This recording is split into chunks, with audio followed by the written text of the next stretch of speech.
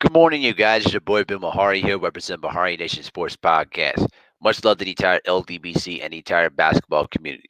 If you want more basketball content, tune in to Basketball Conversations every Friday night, 9 p.m. Central Time. This is where we discuss basketball-related topics, news, debates, and everything else in the world of basketball.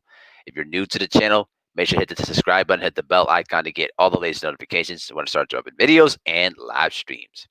So, this is another episode of Morning Historical Perspective. I finally resumed my program of this episode I like to do on great players, great games, great playoff series, anything that I could touch upon in the world of basketball. If you have any suggestions, just feel free to hit up the comments section, and I will do your video ASAP, Rocky. The first person that comments first at the video that they want me to do will get the first dibs at it. All right, but I will keep a list of various players, series, moments, anything you want me to talk about. Now, yesterday I talked about my perspective about Patrick Ewing. Um, this time we're going to talk about his chief rival, the one that you see shooting the basketball, and that is Mr. Hakeem Olajuwon. Um, we Many people consider Hakeem Olajuwon as the top five greatest centers of all time. Some people have him at least top 10, top three. I put him at least in the top five because his skill set and what he brought to the table is unbelievable. But I want to go a bit more in depth about how he started playing basketball. Now, obviously, growing up in Nigeria, he was basically the third of eight children, and he was not into basketball because basketball was not introduced to him until later on in life. He was more into soccer, and during his youth, basically was a goalkeeper, which helped him develop the necessary footwork that was needed when he transitioned into basketball. Um, he didn't start playing basketball actually until he was actually 15 years old in a high school. Um, when he was playing at a Muslim teachers college in Lagos, Nigeria, it was pretty much said that a coach asked him to demonstrate how to dunk the basketball while sitting on a chair. Then he tried to stand on the chair himself, and when he rejected not to use the chair, you know, Keem actually can prove that he didn't have to dunk the basketball yet, but actually he was more desired to learn how to play. Um, that's when Akeem started to pick up on basketball, and he said, "In quote, basketball is something that is so unique that immediately I picked up a game. I picked up the game, and realized this is the life. This is the life for me. All the other sports just became obsolete." Um, but he didn't really transition basketball fully until he actually migrated from Nigeria and then was recruited by God Lewis at the University of Houston and was given an athletic scholarship to play. But at, after basically, redshirting his freshman year because the NCAA didn't clear him to play, um, he spent some time, playing some pickup games with another future Hall of Famer and Moses Malone. And to many people's surprise, Akeem actually fared up very, very well against Moses Malone in terms of his blocking ability, his athletic prowess, his ability to, play defense in the post. It basically gave Akeem the necessary confidence to basically improve his game through leaps and bounds.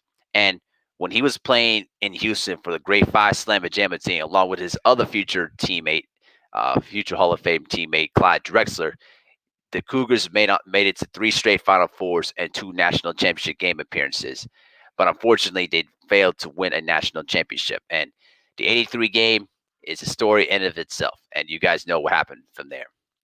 But eventually, after 3 years playing in Houston, he eventually declared for the NBA draft, and it was drafted by the Houston Rockets in the great '85 and in the great '84 NBA draft.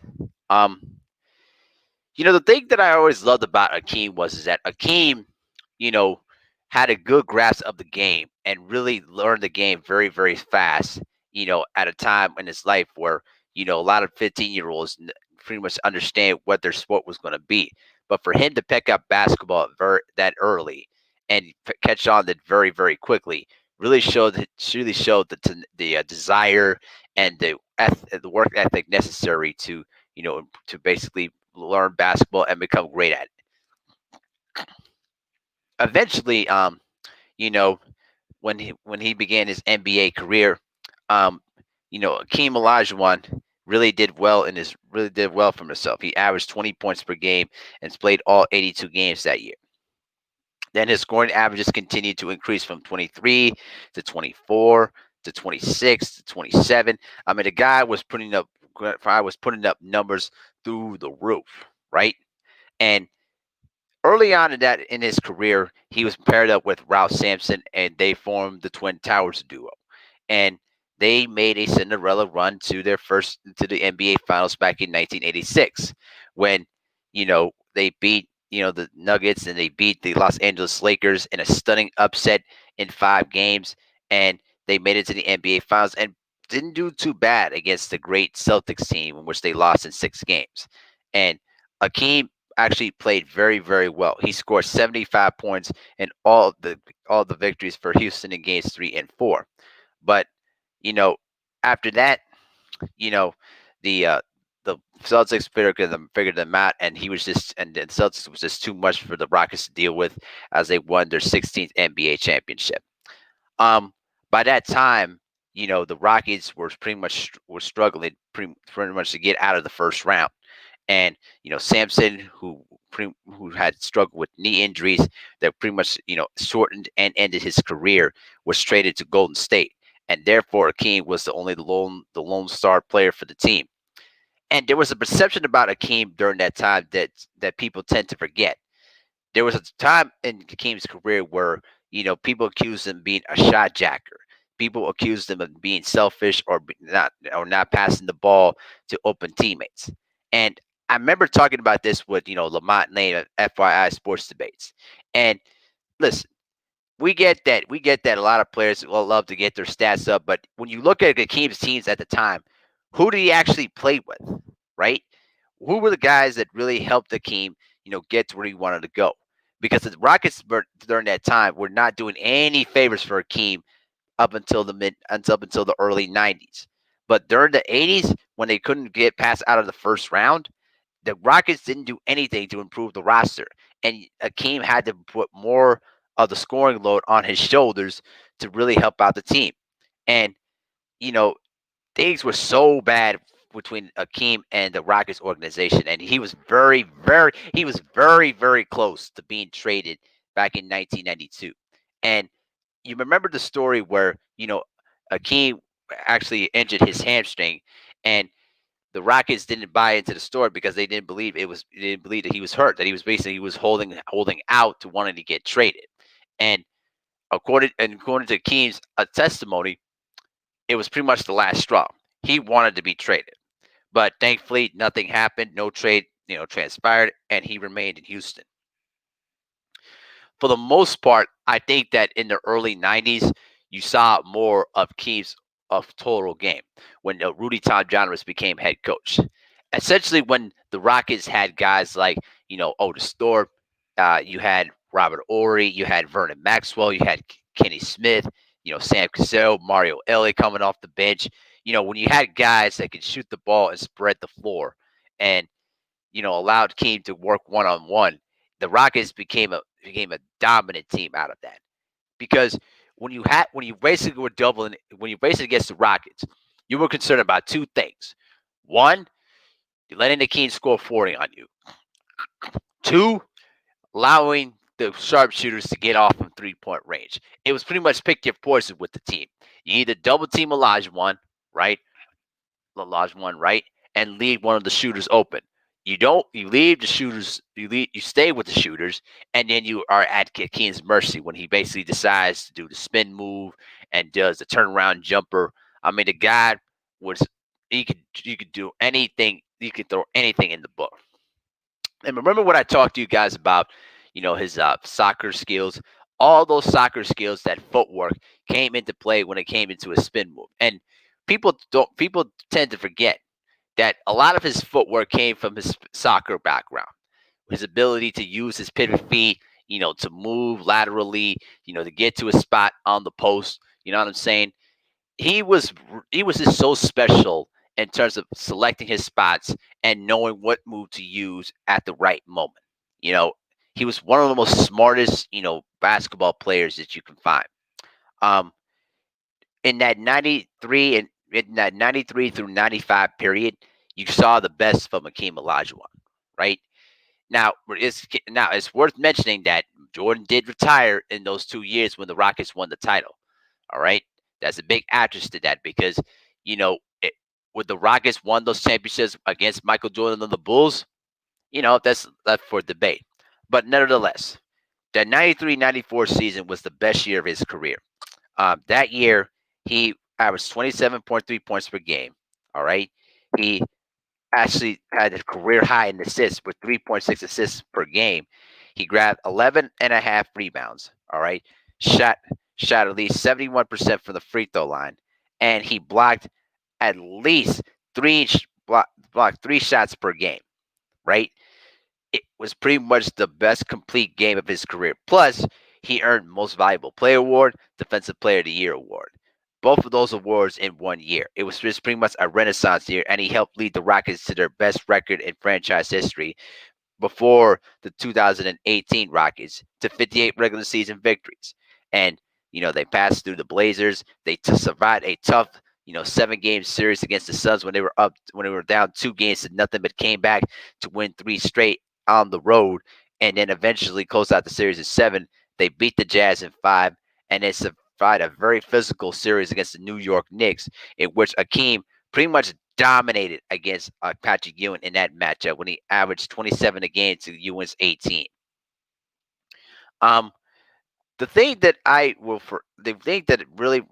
really astounded me about Akeem was is that you know later on when they were winning and when they were winning championships, he showed more of his all humble personality because before he was a take no prisoners type of person, but during that whole trade rumor period, he reconnected himself with his Islam faith, and it allowed him to forgive all the miscomings from the organization and through people that he had associated himself with, and became much more of a humble, teammate, and shared the love throughout all of his teammates and coaching staff. You know, that's very important because without that, I don't know if Keem would have been a totally different person out of it. But nevertheless. But the 95 championship run that the Rockets had is perhaps the best run I've ever seen. Now, think about this for a moment, okay? The Rockets that year came back as the defending NBA champions, but they were pitiful throughout the regular season. Even after they made that bold trade to bring Clyde Drexler home to Houston, it didn't get them over the hump. And the Rockets finished the year with 47 regular season victories and became the sixth seed.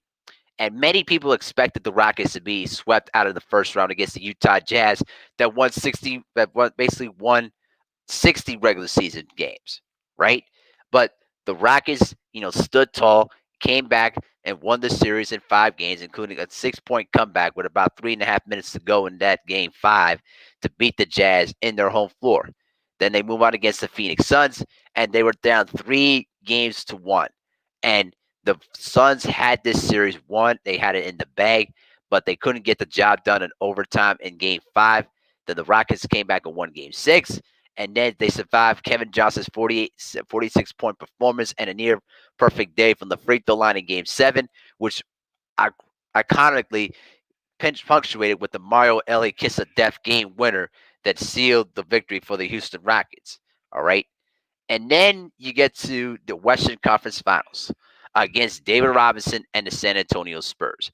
And remember, David Robinson won the 1995 Most Valuable Player Award as well. He deserved it. But all that did was gave Hakeem Olajuwon all the confidence in the world to try to prove all the doubters wrong, right? And what he do in that series? Eh, he averaged actually 35 and a half points per game during had the entire series. He had 3 games where he pretty much scored 40 plus. He had a 41-point game, a 43-point game, and a 42-point game. Akeem was on a different level in that 95 playoffs. Then you fast forward to the finals against Shaquille O'Neal, right? Although Shaq was able to hold his own in that series, right? The Rockets pretty much had all the answers to what the Magic threw at them. And the Magic, were pretty much a young, inexperienced team in the big stage, and they had their chance to game one to wrap it, but the missed free throws by Nick Anderson forever haunted them, for life. And during that whole final series, Shaq didn't do that bad, scoring 28 points per game in that 4 game sweep. But Hakeem doubled that by scoring 32.8 points per game in that series. That guy was on a different level. In fact, when you look back at his stats, he actually averaged 33 points per game during that whole entire 95 postseason. The guy was playing at a high level that very few athletes can go to. That was the complete antithesis of Patrick Ewing. When I said that Patrick Ewing at time many times did not raise his level to get his team over the hump, while Hakeem Olajuwon was actually doing what he was supposed to be doing: carry your team to the promised land and elevate your teammates. That's exactly what he did, and he will forever be credited for doing that. Right? And then later on in the decade, they tried to go back to another finals, even adding Charles Barkley as a teammate, and unfortunately, that did not duplicate to a championship. But regardless, right? The one thing that memorized me about Akeem was is that he never backed down from a challenge. And anytime that they faced against Akeem in the regular season or in the playoffs, they're going to be in for a long, long night. So the other thing that really, that gave me such gracious and joy was watching that beautiful display of basketball against David Robinson. I mean, David Robinson didn't do that bad, but Akeem was just in a zone that nobody was going to get himself out of, right? Akeem was just scoring on everybody: Dennis Rodman, J.R. Reed, Robinson himself, anybody. He could do whatever he want, and nobody was going to stop him. You know, and that's why I consider him top five greatest center of all time. You know, and yes, he did have somewhat of a selfish reputation early on, but over the years, he gradually grew out of that and became much more of a humbler teammate and was rewarded with an MVP, a Defensive Player of the Year award, and an NBA championship. I mean, what more can you ask for? And the best part about Olajuwon was that he enjoyed the challenge of being, the guy to carry the team to the promised land. And he was a special guy that really helped his teammates in a multitude of ways, raising the level of their game, keeping everybody accountable when they're not doing anything right or they're messing things up. You know what I mean? That's what Keem represented to basketball. And I'm very gracious to watch him play. At the end of the day, he forever goes down as one of the top five greatest centers in the history of basketball. But tell me what you guys think in the comment section.